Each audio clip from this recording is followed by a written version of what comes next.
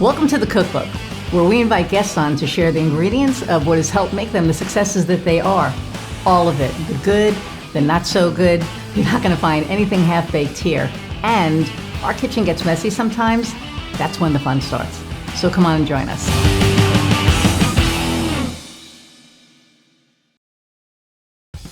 Hey everybody, and welcome to another episode of the Cookbook.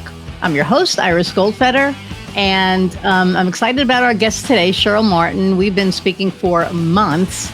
And Cheryl's career is pretty cool. I'm going to let her talk about it, but I'm going to read her bio and then I'm going to bring her on.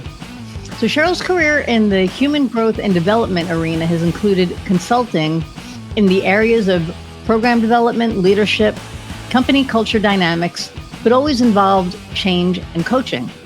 As a seasoned coach, she brings this vast experience to her present coach practice. She offers a unique blend of psychological insight, intuitive understanding, and practical strategy, facilitating a transformative process that leads to dynamic action and growth. Her approach is deeply rooted in self-exploration, awareness, and the balanced nurturing of mind, body, and spirit. Through a comprehensive journey of introspection, healing, and renewal, she helps clients overcome obstacles, recover from setbacks, and rediscover their enthusiasm for life. Her coaching is not just about navigating the present, it's about crafting a roadmap to an extraordinary future. It's about transforming crossroads into highways of possibility, ensuring that each client is equipped to pursue a path filled with purpose, passion, and fulfillment. Whether you're navigating personal crossroads, seeking to revitalize your consulting or other career, or exploring new life paths, Cheryl's approach is tailored to help you create a future filled with purpose, passion, and fulfillment. So without further ado, let's meet Cheryl. Hi there. Hi. I feel like this has been like a roadblock, but we finally busted through. I know we've been on a bit of a journey ourselves, haven't we? Really? But it's good to see you. This is the first time I've seen you live in a bit, so it's nice to be here. I know. Yeah. On camera. Here we are. Yeah. So tell us about Cheryl. Wow. So, do you want to know about me or what I do? Well, let's talk a little bit about what you do, and then we can talk about your journey on how you got there.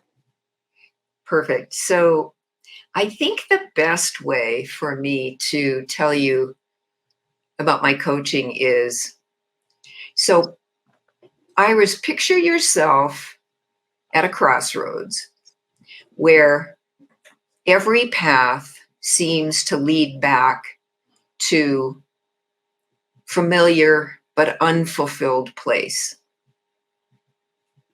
Okay. Now, imagine that there's a way to transform that crossroads. So into fulfillment? Into a launch pad, I want to say, to create a fabulous future. So that's kind of what I do. I mean, that's really, so as a holistic and transformative coach, I really take clients on, I guess, through a process of self-recovery, healing, and renewal. So we don't just address transition, we reframe it as a fabulous opportunity to create a vibrant future. Nice. So that's kind of a headline, and I'm probably saying some of what you've already said, but I would say that my expertise lies in guiding clients to become deeply self-aware, first of all, and I help them clarify their goals and values and navigate the obstacles on their path. So we're kind of on a journey of recovery and healing together. And we tackle, I would say, the emotional, mental, physical challenges head on. So then, this is great. So then once we do that, so then clients can rediscover their passion and drive, and this enables them to transform their outlook. And then they're ready to take proactive steps. Nice. Toward where they want to go. So hopefully that all makes sense. But it's not just about overcoming challenges. I like to say it's about seizing opportunities for growth. Yeah, but that's really great because there are, I'm sure a lot of our listeners, right, are probably at that crossroads. I think we all come to that point in our life, in our career, where we're like, what's that? What does that next step look like? Yeah. And how do I look in that next step? Like, is that right? And that's really important. I mean, my transformation happened like, a couple of years in the making, but when I realized what it was, and you're right, it takes a lot of inner work. It takes a lot of inner work, right? Like you really need to be able to look at and know yourself in order to transform. Yeah, and I'd love to speak to that because, I'm really kind of zeroed in on late life stage. And I guess the reason for that is, well, first of all, I love that stage, but also it's, as you alluded to, it's the stage in life when it's pretty natural for us to, you know, start questioning and pondering, what direction do we want to take? Maybe we've had some, epiphany or inner realization or whatever. But what I find is that some of these same things that we might have earlier in life, whether it's a desire to change or some issue, we're usually not ready to deal with it. And it's probably because we're successful, we're busy. Who wants to look at that? There's no real reason to do that. But what happens, I find with my clients, Iris, is that when they're at that midlife or late stage and they're at a crossroads, they're more willing to look at the deeper stuff under it. Like, well, why would I want to do that or whatever? Why? Because having a healthy, vibrant life depends on it. Right. They kind, you kind of know you're going to have to go through that process in order to have that thing that you want. Whereas earlier in life, you really didn't, maybe it wasn't as important yet or whatever. But so that's why I think, what I find again is that clients are more willing, and I can certainly talk a little bit about my process, but it isn't just deep. One of my differentiators, I would say, is that my approach to transition is both inside out and outside in. And what I mean by that is, when I describe what I do, it's easy for someone to think, oh my God, she's really deep. And is that, we're just going to sit in that depth. Mm-hmm. But what I think is important simultaneously, and again, I kind of want to go through high level my process, but it simultaneously there are outside things going on, outside activities, events, whatever. I mean, you have to be participating in life alongside of doing that deeper work, because it kind of prepares you for whatever it is you want to launch or do. So I find that is really a distinguisher in my world anyway. Yeah. That's awesome. And it's interesting because especially later in life, we're ready. We're just ready to do whatever that thing is, because it's like I see so many people that retire and then they don't do anything.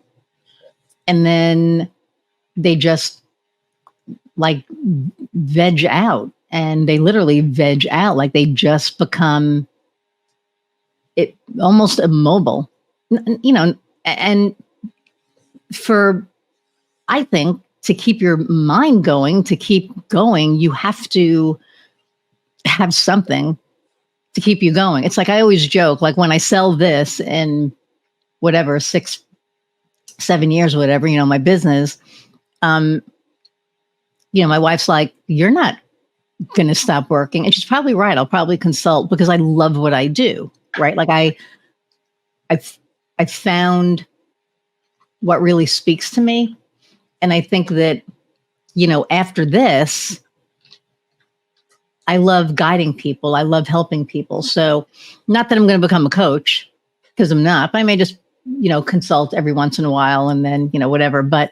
Um, but I think it's really important to have something. But I think the inner work is really important as well, because the better we know ourselves, the better we can get ourselves on the right track. But having a coach like you, right, would, help somebody get and figure out what that is.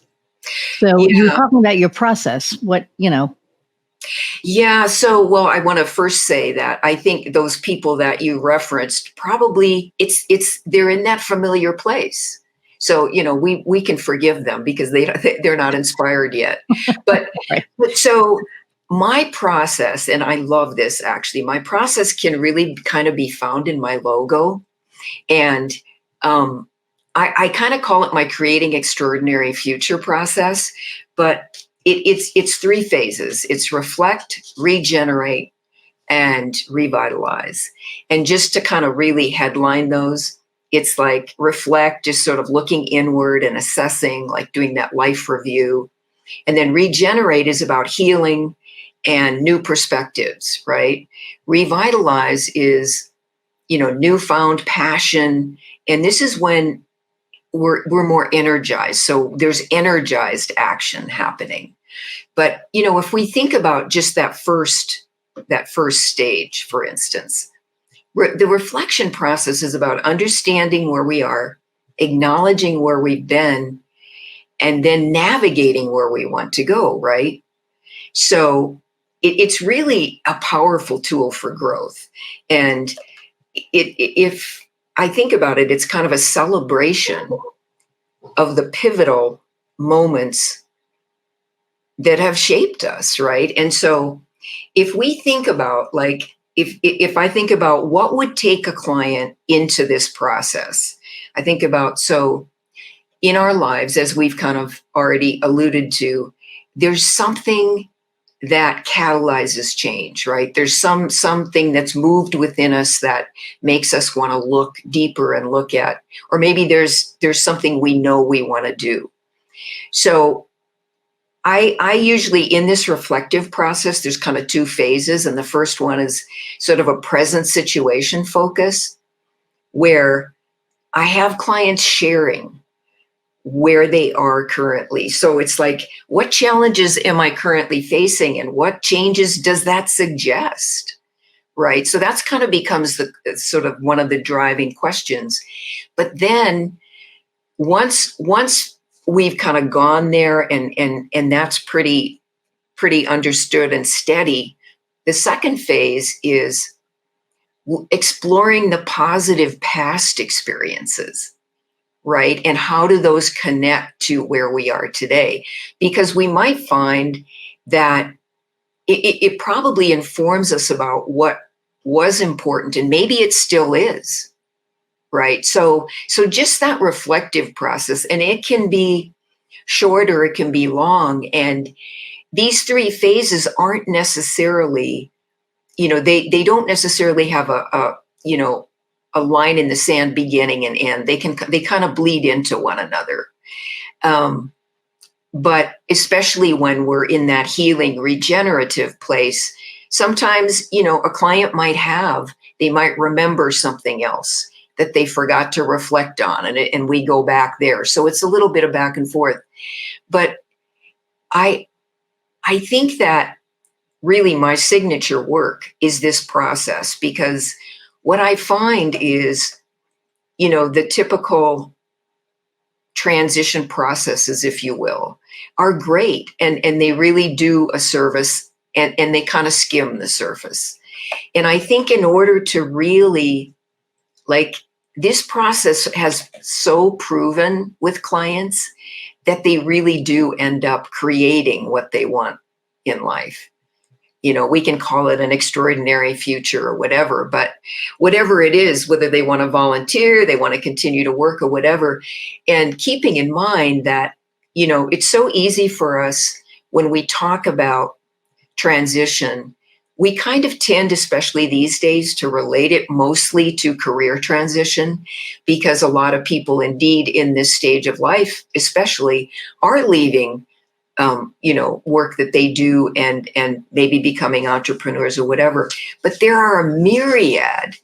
In fact, I want to give, this brings to mind, if I think we have time for a quick client example, because one of my clients who actually had retired early, he had been VP of marketing in a large corporation, and someone referred him to me, and he'd already retired, but he just knew he wasn't finished working. He wanted to do something else, but he didn't know what that was. So we kind of, went through this process. And when he was in the reflective phase, one of the things that he kept referencing from his previous role was that not often enough, but every once in a while, he had the opportunity to mentor someone. But normally he didn't have much time for that, but he realized that he really had a passion for that. He really loved it. And so we didn't spend a lot of time there, but as we moved through, he had some things he wanted to heal, maybe some experiences in his role that he wasn't very fond of, or that really were even wounding. But somehow he thought about writing a book. He thought about all these other things that he could do. And somehow he kept coming back to that. And to make a long story short, he ended up consulting back to that organization just as a mentor. And what he did is he mentored new people coming into the organization, because he had been there so long. He knew the whole shtick. All the ins and outs and everything. Yeah. And so, it can be, and some people just, when we think about crossroads, I also want to make something clear. It can be change, or it can be just growth. Some people come and they just want to embrace personal growth in general. Mm-hmm. They just feel some need to, maybe there's an area of their life that they keep getting triggered by or whatever, and they want to figure that out. So there's all kinds of ways, situations, I guess, beyond career transition. But I tell you, I'm so stoked by this process, especially that second phase in the reflective process. I hesitate to call this out because I'm almost afraid someone will steal it, because I'm going to launch it on social, but I call it Moments That Mattered. And it's a whole thing that people really get into and actually enjoy, telling their stories. And some people even go back to age 8 and they have some story about some little thing in grade school that was just really important to them. But in that was a passion. And then when they really think about it, it's like, wow, yeah, I really did enjoy, So I just think there's a lot to the process for people that want to do a bit more than skim the surface, I guess is what I would say. Okay. I think that we all have that one pivotal moment in our childhood, right? That kind of shapes the rest of our lives, be it, positive or negative. I know there's trauma, and then there's also, something positive that puts us on this trajectory. And I think that, as we grow older, for me, it's like I've always been young at heart. Music has always been my thing, and I always go back to it. I leave it, and then I go back to it. It's like, remember in The Godfather? He's like, I try to leave, but they keep pulling me back in. That's how it feels with me and music. But that's always the thing that I go back to, and cooking, which is why my company is Gas Stove Creative, because I love cooking. And it's these two things for me that I always go back to, and I always find solace in. So if I'm going through something, I'll make a pot roast or, whatever, or I'll, pick up the guitar, or now I'm in a band. We'll do band practice. But I think we all have these like pivotal moments. And what I find is, because, I know like so many coaches, every coach that I know has their own specialty and their own technique in coaching. And it fascinates me because you do coaching your way. My other client, Michelle, is an executive coach or leadership coach for not-for-profits. My friend Scott is like, I know like all these different coaches, and everybody does something different. But at the end of the day, you're helping people get to this place that they probably couldn't get to without you. And I think that's so important. It's whatever future they want, and to your point about loving cooking and music, it's not, oftentimes people think they have to give up what they do in order to do this thing that they're, my avocation is photography, and it has been for over 20 years. In fact, I published a journal on it a couple of years ago, but I don't have to not do this in order to do that. I mean, you can still cook and do music and do this with me. So that's the other thing that people... And I can cook and do music. While I'm cooking, sing and, but you can do them at the same time. That's what I'm saying, yes.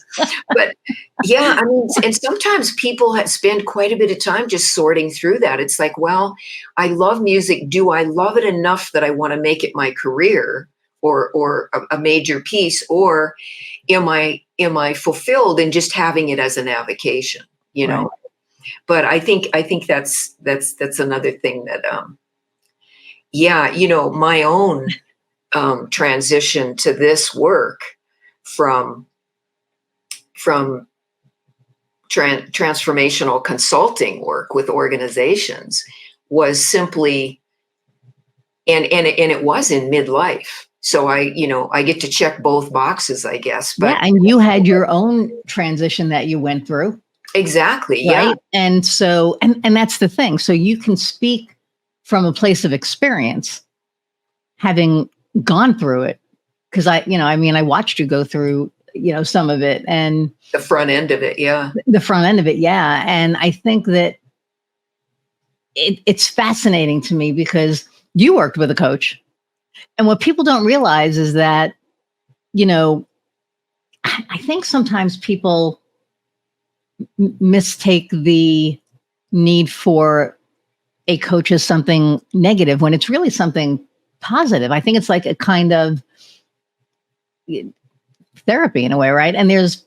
Well, and anymore that really isn't, it kind of used to be true in corporates when, like if a supervisor suggested that one of her employees have a coach, that person was probably going to immediately assume, oh my God, I'm in trouble. That isn't even true there anymore. Now, honestly, I can't tell you, I have very few friends who don't have coaches, and they're healthy people. Mm-hmm. It just kind of, it helps you track, it keeps you, And the other thing I guess I would say is my belief and perception, and it's just mine, is that any coach worth anything better have a coach themselves. Right. So, yes, I had a wonderful coach, and I'll have a coach again. But there's such a full conversation here. I could go on and on. But one of the things with my transformation that is probably noteworthy is that I was already, well, first of all, I guess I feel pretty darn credible because I've got, graduate work in psychology. I'm certified as a coach. Transition and change has been my work as a consultant as well for many, many years. So, the reason that I shifted from doing change in the consulting world to working with individuals is that as a consultant, there just wasn't time for me to, you know, work with leaders and anyone in the workplace, I guess. I mean, they're just my role, especially the longer I did it, was to develop the strategy and the plans and do the assessing. So any coaching that happened, even though I did coach, certainly it was more surface because there just wasn't time. And my epiphany was when I started realizing I'd be working with an individual and I would realize, oh my God, I really wish I could help her. I knew what she needed, but it wasn't my role to do that. That And must have so, been because I was frustrating. building strategy and doing all this other big stuff, so that was my pivot. And I had, by the way, coached much earlier in my career before I became a consultant. So coaching was not new to me. I just didn't have a practice. So I've kind of got all the pieces at this point, and it's time to just be kind of relishing in it. So yeah, I'm really enjoying it. I think that, yeah, I mean, I think what you, oh, hang on one second.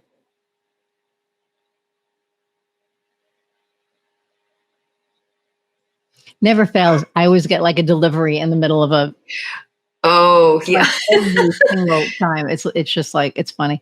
And I think they also just want, to have a little bit of say in what we're doing. So this is for, um, entrepreneurs and people thinking about becoming entrepreneurs. And since you've worked with so many, different kind of people, you've worked with leaders. Have you worked with people who were just like, I'm done and now I want to become an entrepreneur? Oh yeah. I mean, I would say I think that's a pretty common catalyst for change, is that people like me think either there's something else that they want to do on their own, or they don't want to be part of a company anymore, or both. It can happen in many different ways, but yeah, many entrepreneurs for sure. The other thing, this is a good moment to throw this in, because I don't want to forget the other individuals that I coach pretty commonly. In fact, I have two of these clients now, is consultants in large firms, because I was in a large firm, and understanding the nuances within large consulting firms is something in and of itself. I mean, so I help them manage the complexities of that work environment because it's so multifaceted. I mean, when you think about it, like when I was in a large consulting firm, as a manager, you're managing the client relationship, you have junior consultants that you're managing. It's just that there's so much relationship dynamic that it becomes really complex. So I really love helping consultants navigate workplace challenges. And this is much different than an entrepreneur consultant, because that's a whole different world, obviously. But that is the other my other ideal client.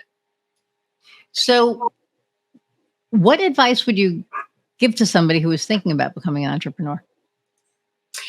Wow. Well, probably a few things. But first and foremost, you gotta, I think, be sure that you feel passionate and driven to do it. I mean, you got to be excited. I'll say that my one of my biggest obstacles as an entrepreneur, and you'll remember this one, Iris, is that I'm kind of a quick start person. I mean, it's just my personality.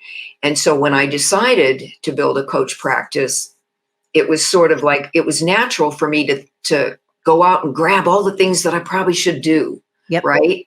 And grabbing and entrepreneurs, as you know, we're faced with all these shiny objects, millions of them.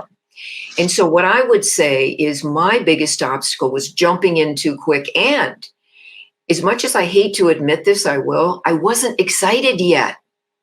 I just wasn't excited yet. Why? Because I was so busy looking at who's going to be excited when you're doing all this administrative stuff, right?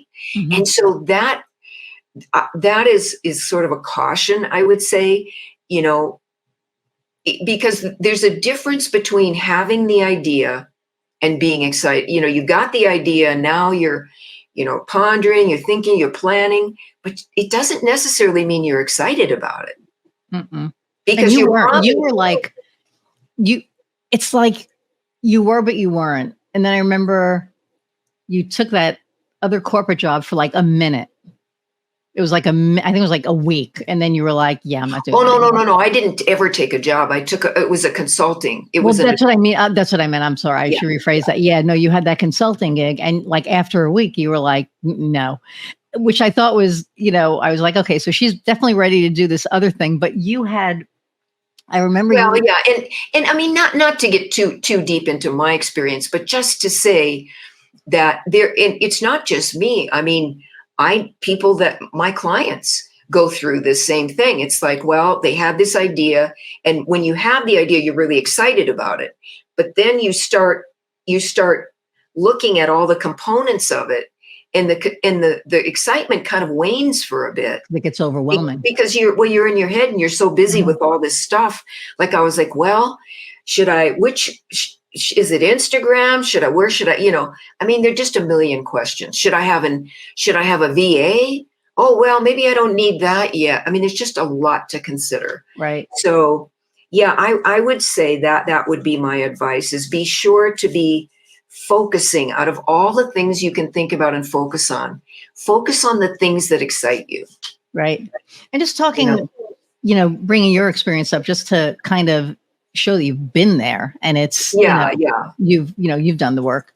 And it's interesting because I spoke to somebody here a couple of weeks ago who was like, I've been watching you for the last 2 years, which kind of freaked me, not in a weird way, and he was like, I watched you go from holy shit, now what, to having this successful business, having your podcast, having, a TV show, like all these different things. He goes, and I watched you, and he said it was just like the most amazing transformation because, you went, thank you, Piper. You went from, could you hear them loud or no? Yeah. Yeah. Okay. Okay. Sorry. Sometimes people are like, I can't hear them. But he was like, you went from this, through this transformation, and it wasn't just like the professional piece, but it was the personal piece. It was what I personally went through. And for me, it was a lot of looking inward, but also a lot of letting people in. Yeah. Which I didn't do before, because I was so guarded, and I was so like, oh, this, I got screwed so many times before that you're just going to try and screw me, blah, blah, blah, blah, blah. And being able to let that go was huge. And my partner, so I run a not-for-profit. I co-founded it with my friend Michelle, and we had our gala this week, and we do an annual gala. And Michelle was very like, she couldn't let things go. Like we couldn't have volunteers because they would get it wrong. And so she had to do it. And this year she let it go. Like she could have sang Frozen, let it go, because she did. And it was amazing watching these volunteers do the stuff that she would normally do. And she looked at me and she was like, I freaking let it go. She goes like, I did it. And I said, you did it. And I gave her a giant hug. I'm like, that's huge. And then I ended up like, normally she would have a meltdown. I had a meltdown, but that was like another story. But it was so amazing to watch that, to watch her literally be okay with other people doing stuff.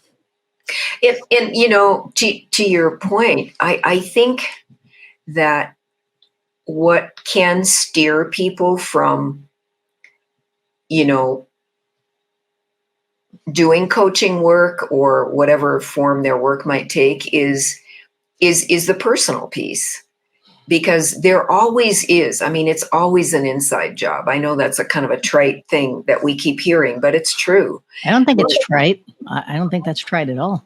Well, good. I mean, it truly, there's always, I mean, it's all about, especially now when we're all honoring authenticity so greatly, Mm-hmm. you know, getting there, as you alluded to too, many of us have, our careers have helped us polish ourselves to the point where, it's quite a process to really show ourselves fully.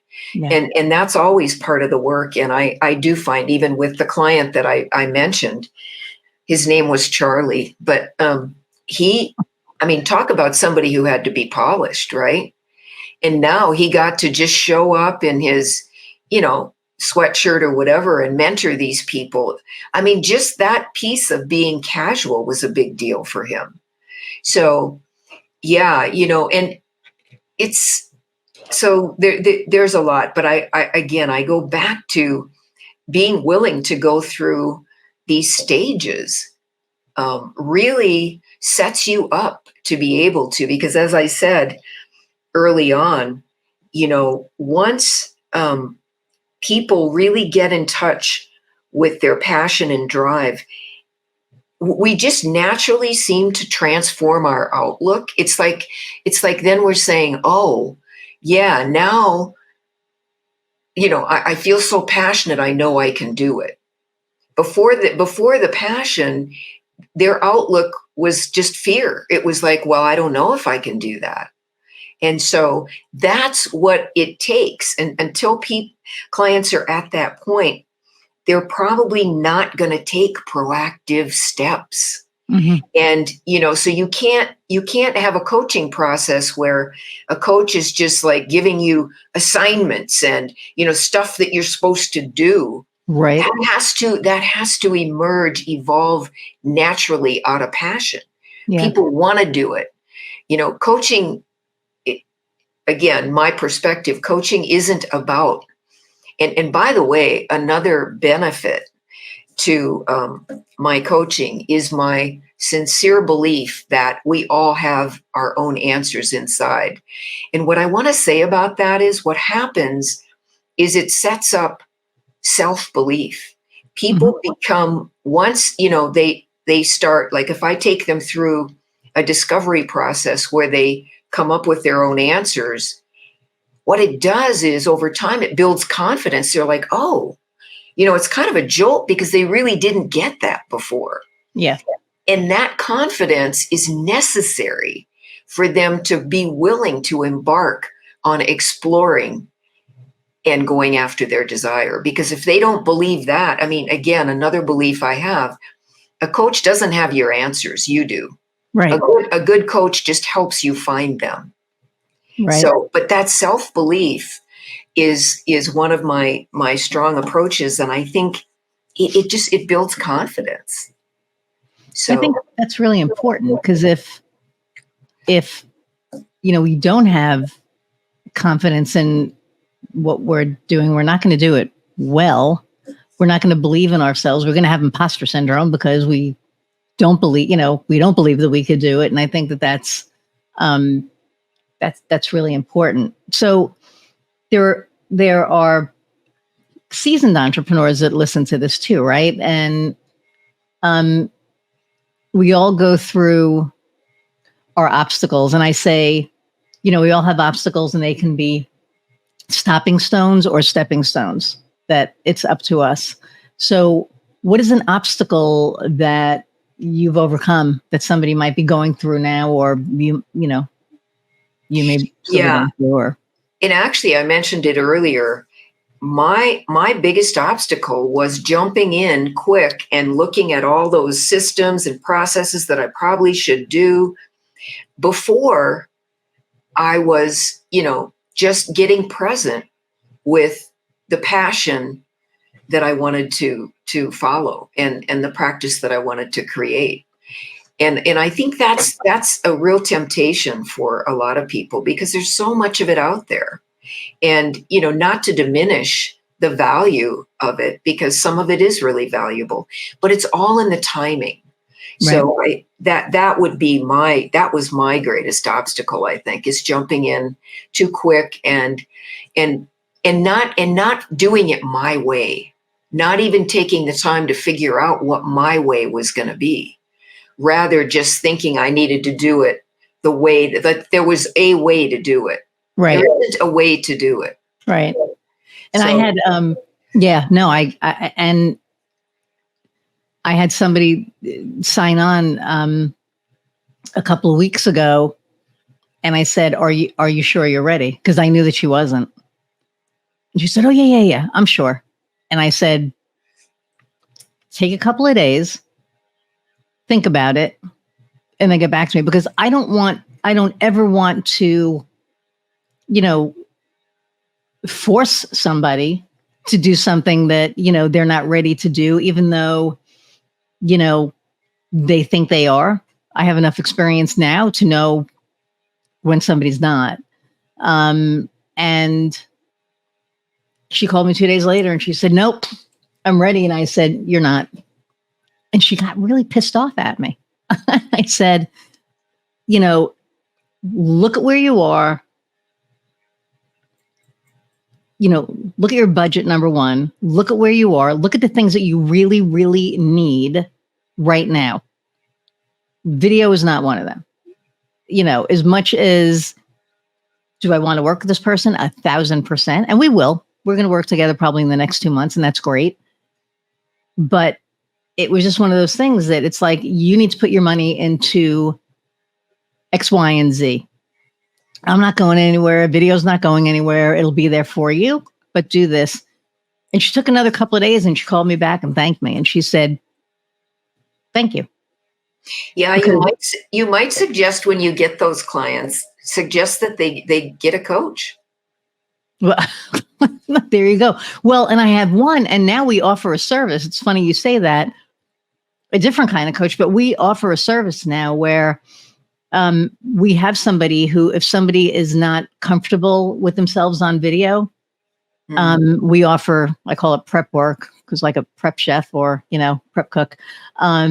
But we offer a prep course for them where they can work with basically a drama coach and get really comfortable on film.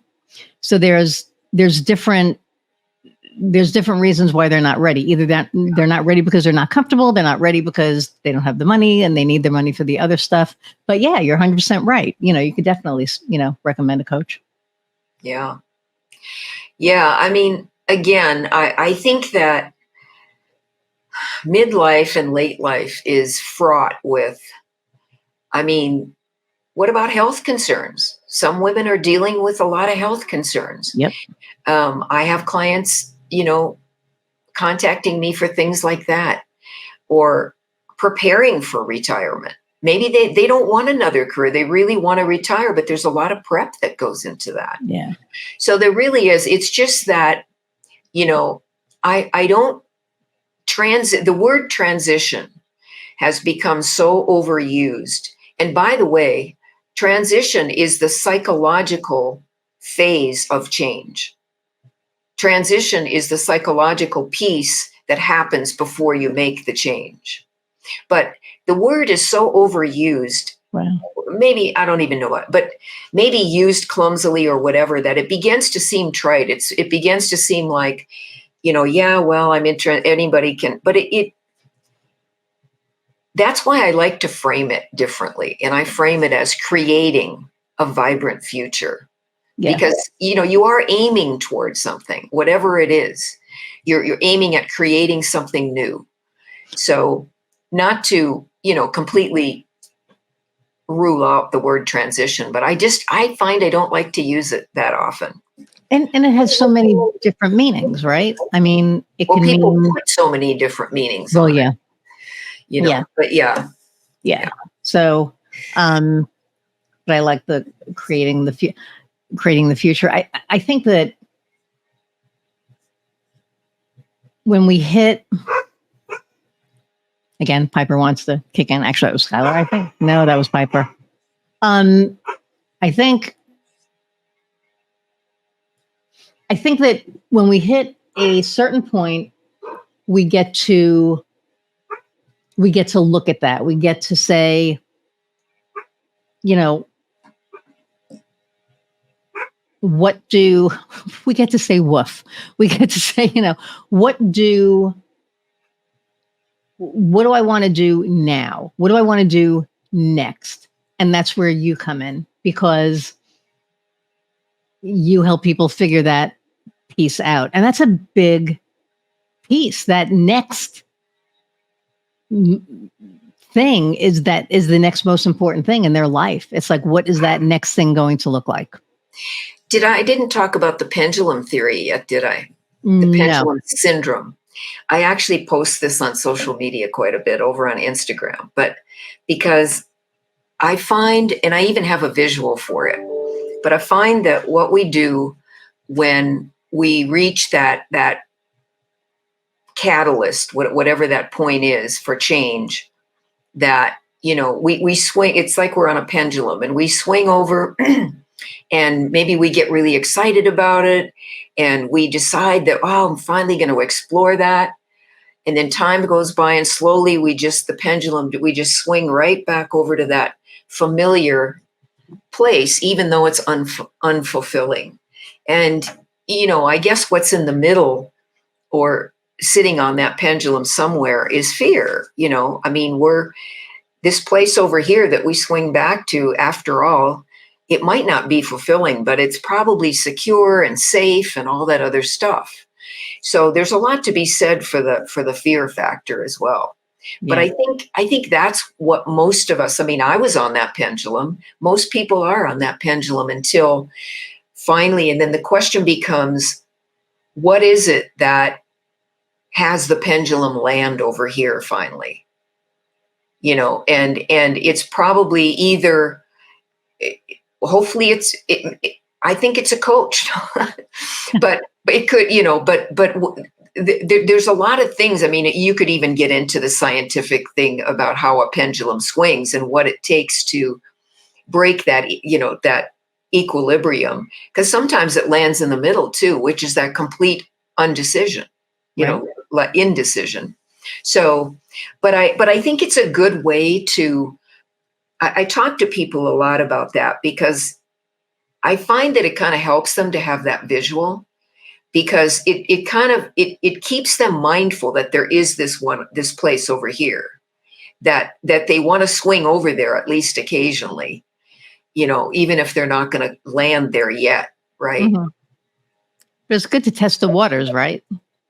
Kind of like swing that way a little bit, maybe go back and then swing a little bit more and get a little bit more comfortable with it, like walking into the ocean, dip your toe, jump out, it's cold, go in a little further.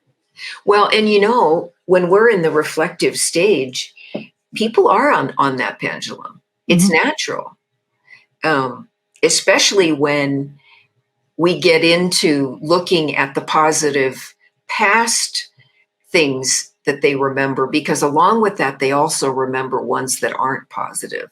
Right. And so then it's like, yeah, well, maybe I shouldn't be, So there's a lot to this. Obviously, it's a dynamic process. Well, I mean, we're not going to uncover everything, in this one interview, but so you alluded earlier, what is your differentiator? What makes you different than another, change agent out there? Yeah. So I think two things that I've already mentioned, but I may not have called them out as differentiators. But the first one is definitely the power of this process.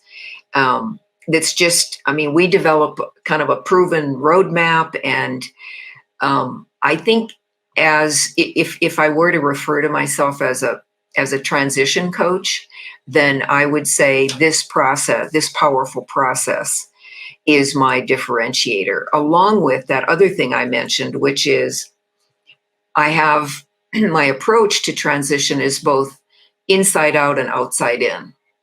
And so a client is never just, overwhelmingly in that deep internal process. There's always outer things that we're considering. and participating in and act. So they're active. It's kind of like, if you're depressed, you don't want to just sit there and be depressed. Right. I hate to bring up that word, but I couldn't think of a better example. No, I mean, it's, it is in the dictionary. I get what you're saying though. But so who is your ideal client? I mean, I know we touched on a little bit, but who is like the perfect ideal client for you? Anybody at a crossroads, whether it's a change or growth, because a crossroads can mean either of those things. It could be someone preparing for retirement. It could be redefining identity and self-perception, by the way, which is another big part of that regenerative process. It could be navigating personal crossroads that have nothing to do with a new thing, but just internal crossroads. It could be women just navigating midlife challenges. It could be men navigating midlife crisis, even though we don't like to use that phrase. Or, as I said earlier, it could be a woman managing health concerns. So I like to think of it as the broad umbrella of crossroads being change or growth, or both. And then the other ideal client, which could also be a consultant, by the way, is consultants, and I distinguish it by consultants working in large firms, because that's much different than an independent consultant or even a consultant at a small firm. So, and I'm great at helping them manage those complexities because I know them so well. And I love those clients, by the way, because they often, and by the way, it's not that, I mean, everybody goes through this process regardless. Different clients spend different amounts of time in each phase, but nonetheless. So yeah, those are definitely my two ideal client groups. Wow. Okay.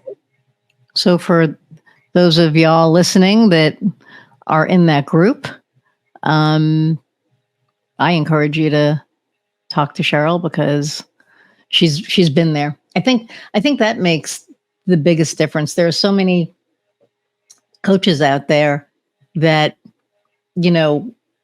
say they help people in a certain arena, but they haven't gone through it themselves. So how do you really do it well, right? But you've not only, you've actually gone through it and you've gone through the process yourself, which makes you more credible to be able to, and you've gone through both. You've gone through, the corporate piece as well as, your own transition. So, helping people in corporate and then your own personal transition. And so I think that, that gives you that leg up, because having gone through it just gives you it gives you a bird's eye view of what somebody's going through. And then you can really, guide them well. So I think that's pretty cool. Yeah, so, thank you for that, by the way. Well, I mean, it's true. There are a lot of people out there that, oh yeah, I'm going to help you do this. Oh, well, have you been through it? No. Well, then how the hell are you going to help me? The other thing is you can't just have been there. You have to have coach skill. And we're finding in that is an all too common, but I don't want to get into coach issues, but I think you need both. You need to be a skilled coach and have had some experience with what you're helping people with. Right. And even being coached yourself, because,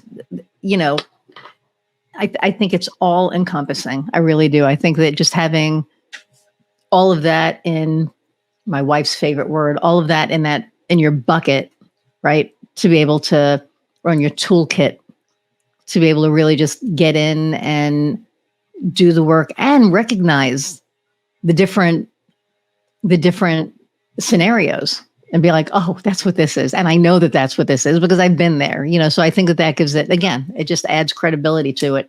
So, where can people find you? Yeah, I'm so glad you asked that, because what I would say is the best place to visit me is on Instagram. What I love about Instagram is highlights. And I've got great highlights there. I walk through my journey. I've got a coaching highlight, and it's where I'm posting most right now about what I'm doing. So that's I would say the first place. The second place, I'm on Facebook, and I do both business and personal stuff there. As you know, I haven't still, one would think that LinkedIn would be my first place. It hasn't been, but I'm going to go there. I'm going to launch there. I know. It's just a matter of time. So anyway, you're dipping your toes. You're dipping your toes. What? I said you're dipping your toes. Yeah. I'm dipping my toes in LinkedIn, but I am there. So you can definitely see my profile and all of that. It's not like I don't have a presence there. I'm just not spending a lot of time there. But yeah, so those are my three. I'm not on TikTok or any of those other. I don't dance well enough to be on TikTok, is what I figure. I think that would make it fun, though, right? I think because man, those people there really do dance well, and then there's other people that post themselves making fun of the people that dance well that really can't dance. So it's kind of fun. And your website, of course. Yes, definitely go to my website. You can also look at my journal on my website. There's a lot on my website. So go there. Go there first. See? I just I just discovered that, believe it or not, we don't have these URLs on my website. And so I just queued my website designer. I said, would you please put them on? I can't believe your social. Yeah. They're on your page. So they're going to be there by the time whoever goes there. Okay. By the time this podcast is airing, all of her, they used to be called fish eyes. They're not anymore, but all of the icons will be active. Yeah. The social icons. So, well, thank you so much for taking time out of your day to, spend time with me and my audience, and to, come in and, redo this, because I know the first time we had some issues, and, I think that being able to come back when this is a charm this time. Yeah, this was easy. This was simple. And thank you too, by the way, for allowing me to really kind of describe what I do and how I do it. No, absolutely. I think, the first time we tried it was when you were in that place that we were talking about. So, and I think we also had some technical difficulties. We had some today too, but we pushed through that crap. It's always working with technology. It's always going to be something. So, but thank you for sharing you and your story and your journey and your expertise with my audience. And the last question that I ask all my guests is, what lights your fire? Well, related to what we've been talking about, I would say equipping clients to pursue a path of, passion, purpose, and fulfillment. I mean, along with photography, of course, but that really does light me up. And I love phases of my process as well. So cool. Hopefully when this airs, I'm not going to look as white as I look on my screen. You don't look as white as you think you do. Good. You don't. I have like 3 monitors on my face, plus whatever the hell is going on with whatever else here. Plus, I just got out of the shower, so my hair is looking very fresh. Well, here we are. Your audience is going to get to really see the inside and out of us. Here we are talking about how we look, our hair, everything else. Oh, they already know. I mean, but you know what? It's a good way to end, isn't it? Because talk about authenticity, right? Yes. Well, that's it, right? I mean, my audience knows that this is, I'm very authentic, and so is my podcast, and I encourage everybody who's on my podcast to be. We get an A+ today on authenticity. Yes, Cope, what do you think? A+? Get a thumbs up in the background. Yeah. All right. Don't go anywhere. I'm going to say goodbye to everyone, and I'll come back. Okay. Okay, everybody. Thank you so much for hanging out for an hour plus once again. I hope that you found Cheryl as charming and I think she's a great person. I think she's really great at what she does. So I hope that you found that as well. If you got some golden nuggets from this episode, go and download it, like it, share, subscribe. When you subscribe, you get a notification that a new episode of the Cookbook is out. And what do I always say? Who doesn't want a new episode of the Cookbook? So thank you all. I appreciate you getting here. We're getting more and more downloads, which means we're getting higher and higher up. So I really appreciate that. And I appreciate you all. And until the next time we see each other, go out and find what lights your fire. See you, everyone.